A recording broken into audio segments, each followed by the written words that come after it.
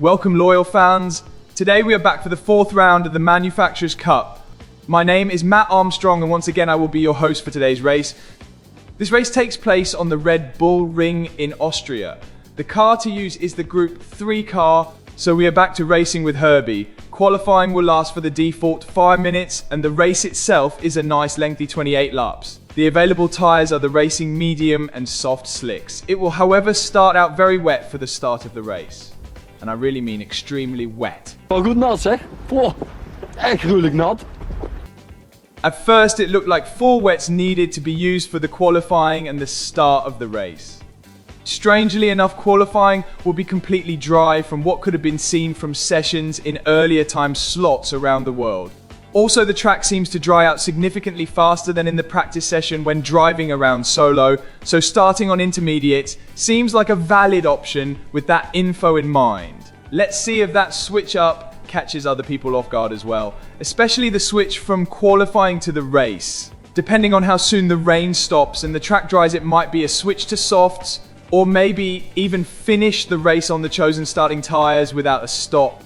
There is no mandatory pit stop, so just going as far as the tyres take you is a viable option to consider if you can make them last. Lastly, the fastest lap in the really wet conditions was around a 1 minute 40. But as the track dries up, the times will go lower into the 1 minute 30 range, also depending on the tyre compound used, of course. With this setup, it seems we are set for a fun and challenging race. So let's go racing right now. Hello everyone! Sorry to interrupt you all here, but it seems Matt is having technical difficulties. He didn't just bugger off to rebuild some crash-damaged car or anything, just that the site that is used to make him narrate our races has sadly stopped working after making the intro. In the unlikely event of the site's functionality restoring, Matt will take over from me again. But I'm not getting my hopes up, as it has been down for over 8 hours now. Alright, back to the regular programming.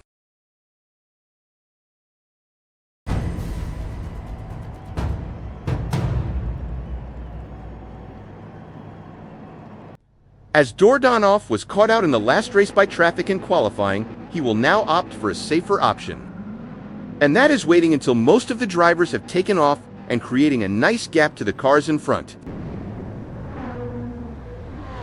There, that should hopefully help, especially if he takes it easy in his outlap to create some more space. Now let's see those laps.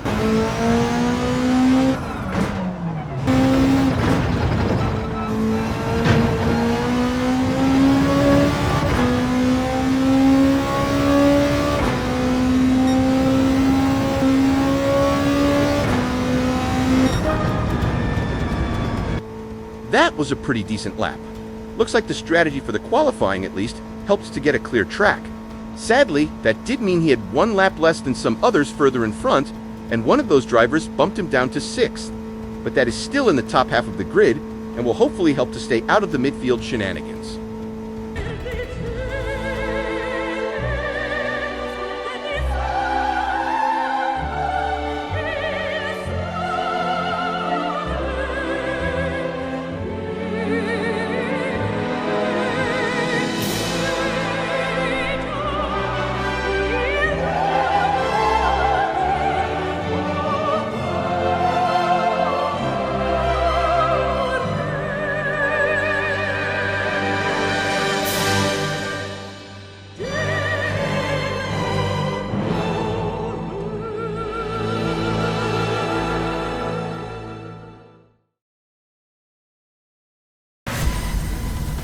We see the rain is in full effect.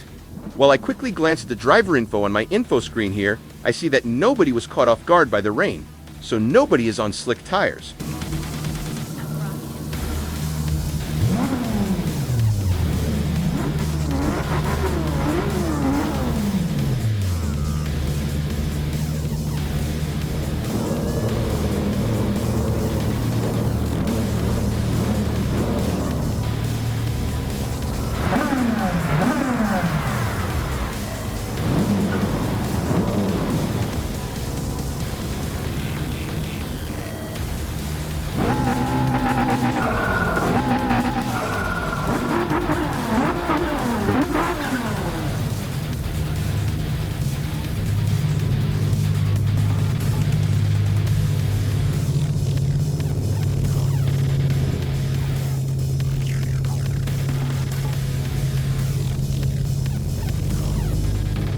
In the bottom left, we see that Dordanov has indeed chosen to go for the intermediate tires. There is only one other driver on the grid with this bold strategy. It's a bold strategy, Cotton. Let's see if it pays off for him. Also, when we take a look at the moisture meter, we see it is currently in the top third, indicating that full wet tires are currently the optimal compound to use. So we can expect drivers on intermediates to struggle compared to those on full wets until the track dries up more.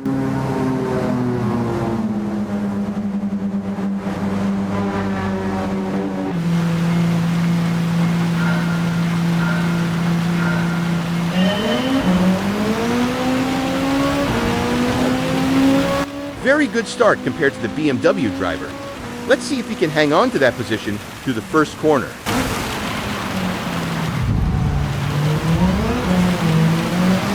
That is a no, sadly. Maybe a bit too cautious, or maybe the tire disadvantage. But he is in here for the long haul. The last part of the race is important. The first part is just surviving.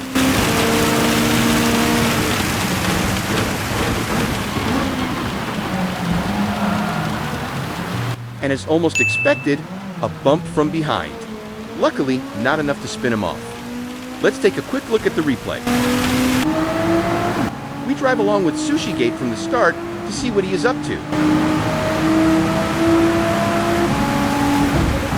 Oof, quite some contact there. And after that pushed him off as well. This is the only other driver on intermediates I spoke of earlier, by the way. Maybe a bit harsh to get 3 seconds here, but there was definitely contact.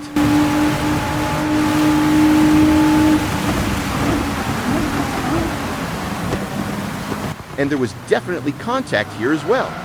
I think with the 3-second penalty and being at the back of the field, this punishment has been severe enough. Let's get back to the race at hand.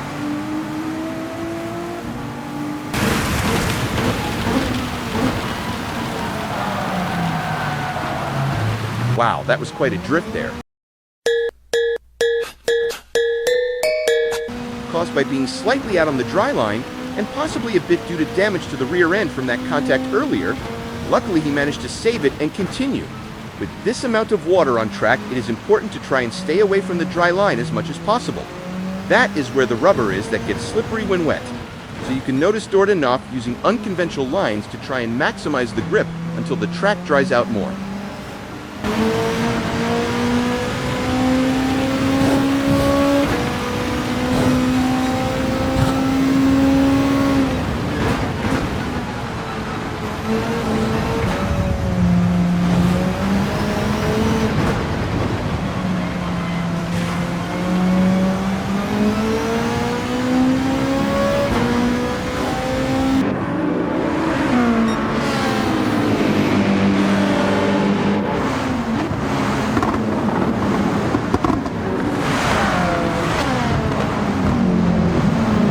You can really see him struggling and losing traction through some of these corners.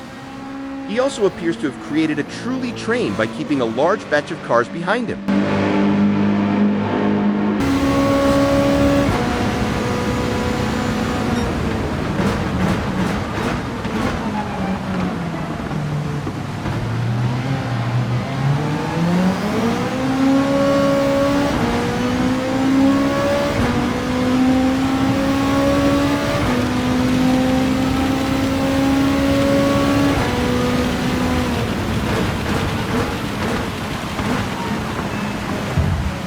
A lot of others are also struggling and making mistakes.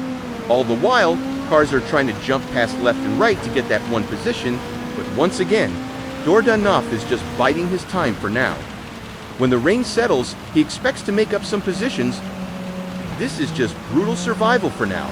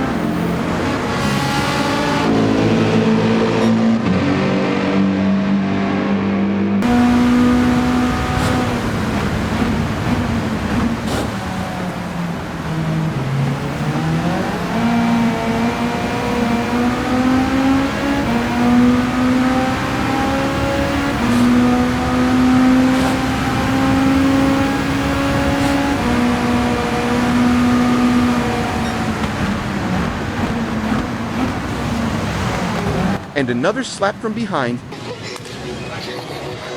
Apparently people are really struggling to race clean or are just a bit too eager.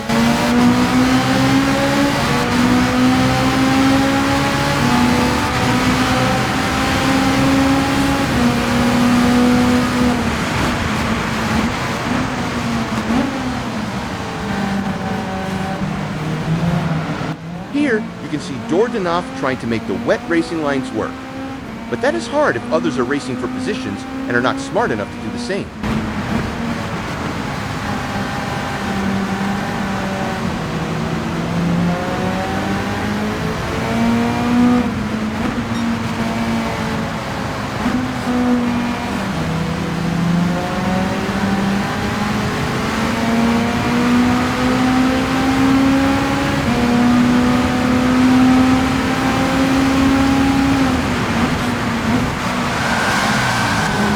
Looks like that Ferrari behind was pretty lucky there.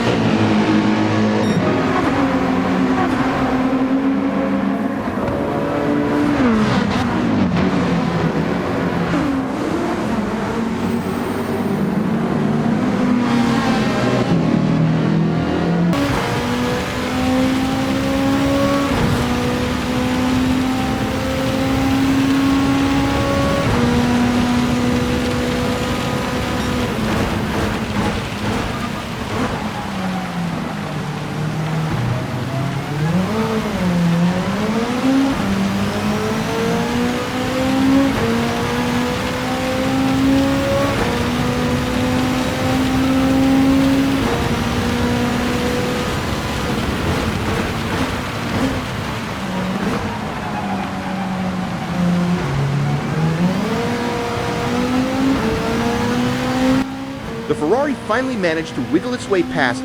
Dordanov will be able to hold this position for a bit as we also get a bit drier patch. Let's skip forward a bit to some more action. Hello, Advent Skip. We jump forward to lap 7, where we take a look at how the race leader is currently doing.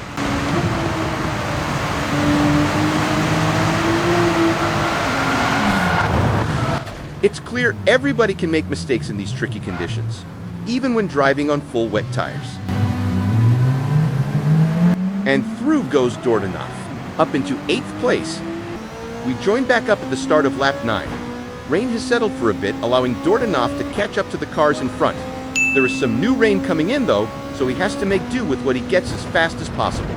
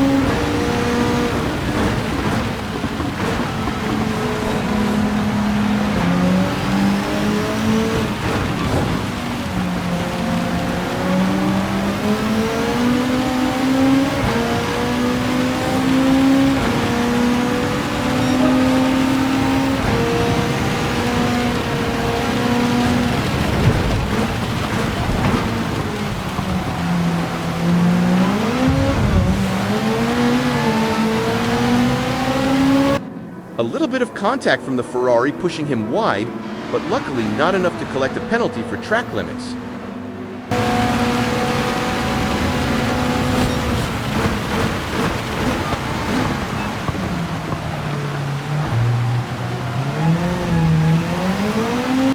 The rain is already picking up again, but for now, Dordanov is in the moment and tries to take every advantage he can get.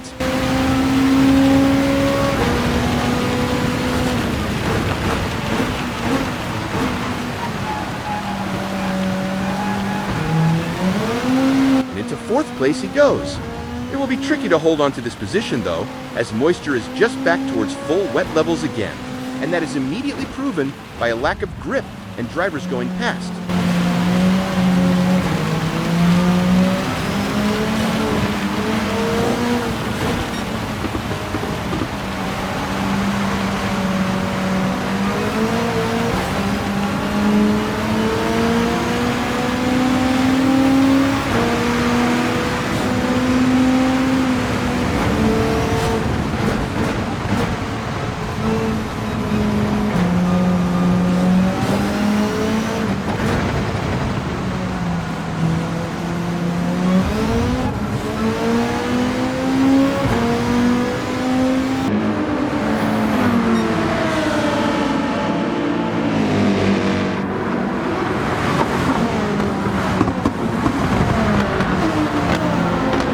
This ping-pong effect of overtaking and being overtaken depending on the rain levels will continue for quite a bit.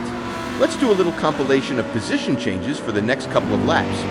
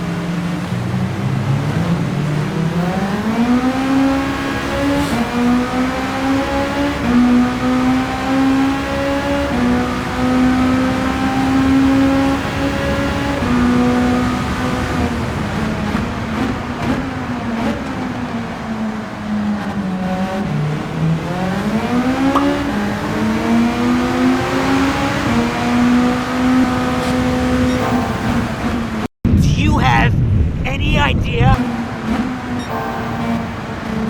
how fast I am? I'm fast as fuck, boy! It looks like the track is really starting to dry up now. Let's see how Herbie himself is doing after all that heavy rain.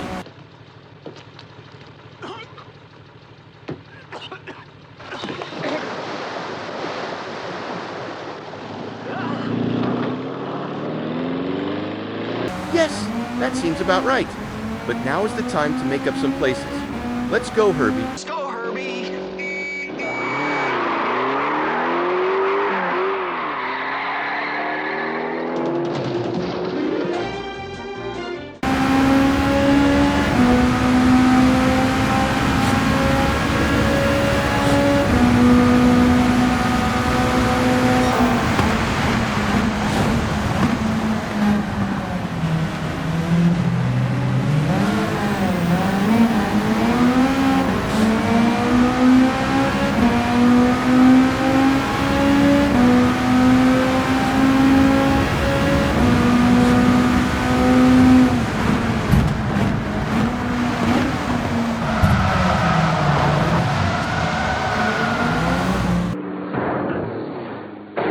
You have got to be kidding me. Just as the moment is there to really get some positions, he is rammed off. Let's take a look at the replay to see what happened. Mind you that this is the same guy who was leading the race and spun off by himself earlier in lap 7. That is clearly missing his brake marker, overshooting the corner, and having Dordanov pay for it. King J is not having a great day. That is a lot of positions to recover in only 12 laps. Are you up for the task, Herbie?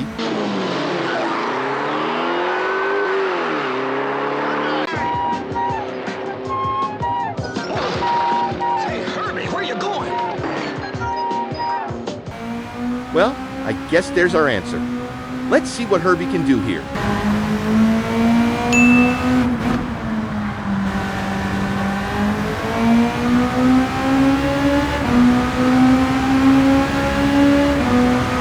Fast as fuck, boy!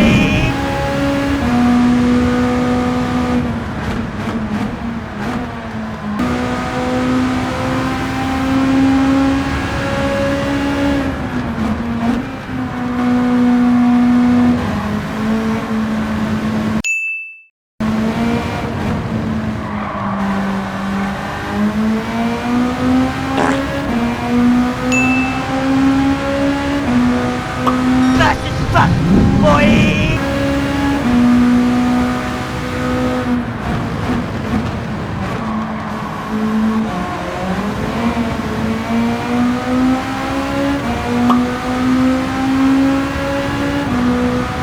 We jump back in for some more detail at the start of lap 24.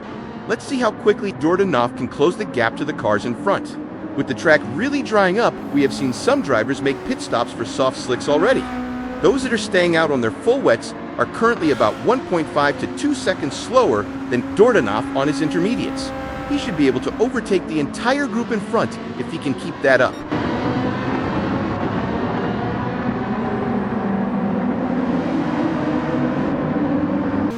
Also, keep note of how he is swerving left and right over the track to find wet spots outside of the racing line to cool his tires. This should really help preserve the intermediates and make sure he can make it to the end with plenty of grip and overspeed left.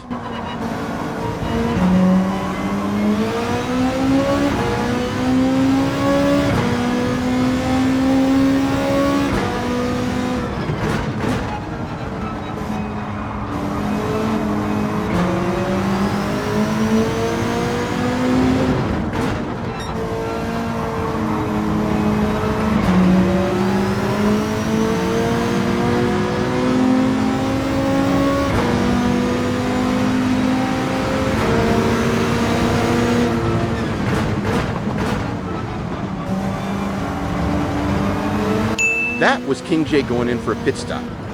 No way he is going to make all that time up in just 4 laps.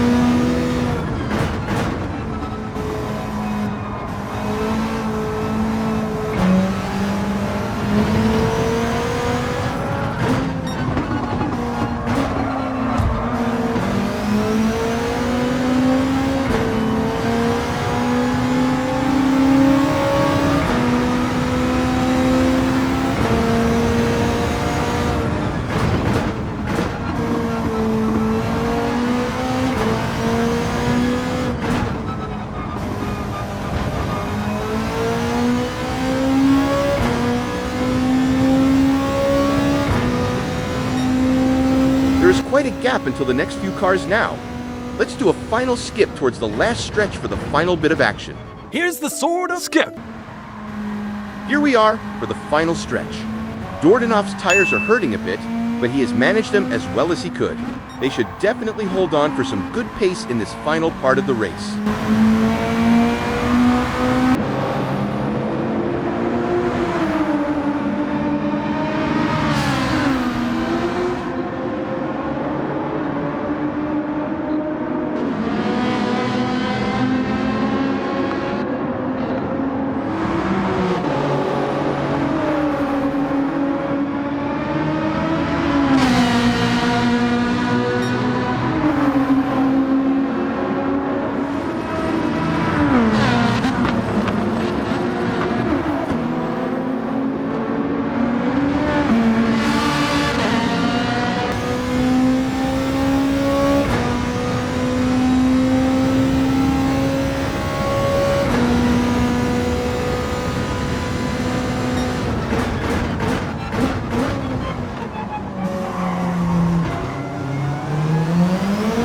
Looks like there might have been some shenanigans up ahead.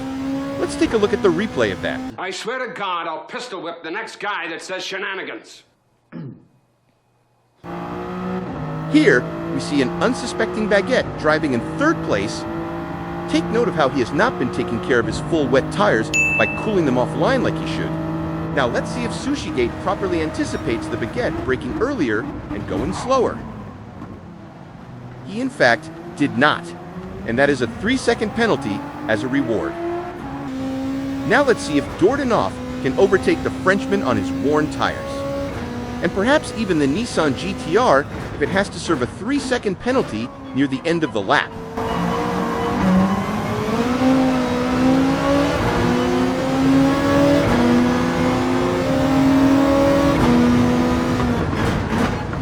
And that is the baguette in his Supra in the rearview mirror.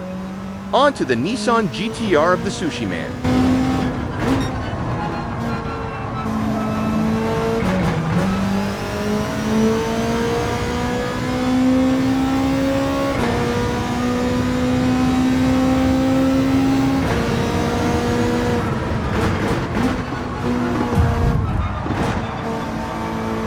Wow, what happened there? That looked like shenanigans to me. You mean shenanigans? Oh! You're talking about shenanigans, right? Put those away! Let's take a look from the perspective of the Sushi Man.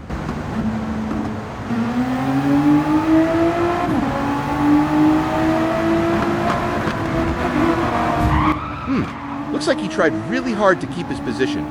I don't think he would have made the corner if he hadn't bounced off of Herbie there. But what the hell? We'll chalk it up to a racing incident as both drivers live to tell the tale. Just an incident on the race.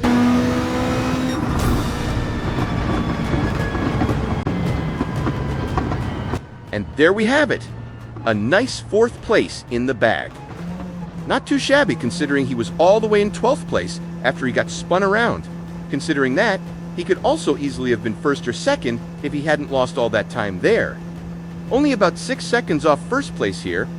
The strategy using intermediates was definitely the right call, it seems. Nice to see that work out perfectly for once. Now he could do another race for a chance on a better result, but we have all seen last race how terrible things could also work out. On top of that, there is a good chance other people have also figured out and will try the intermediate strategy in the other races, so it might not be as effective anymore. Best option seems to be to just keep these points and not do another race, so let's just do that. Hopefully Matt Armstrong will have returned to working order for the next round so he can take over from me again. For now, I'll just say, good day. Good day. You're just waiting for me to speak so you can enter. I said good day!